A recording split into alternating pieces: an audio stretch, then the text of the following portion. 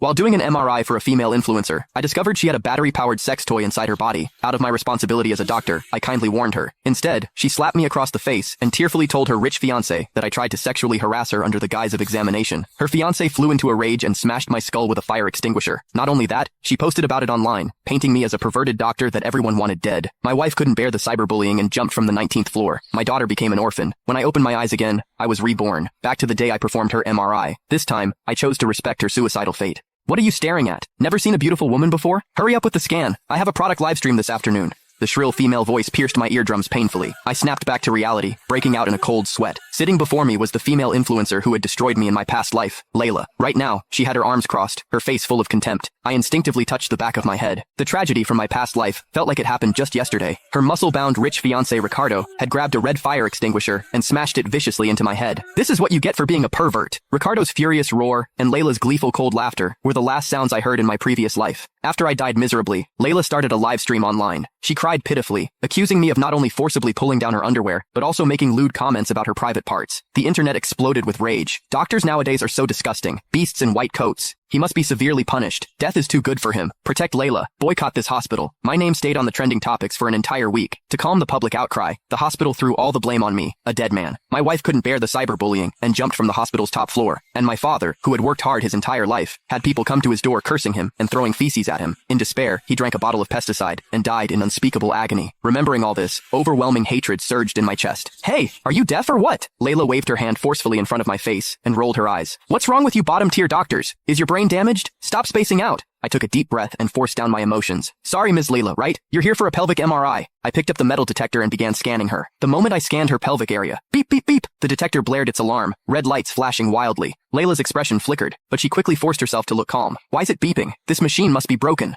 I stared at her coldly.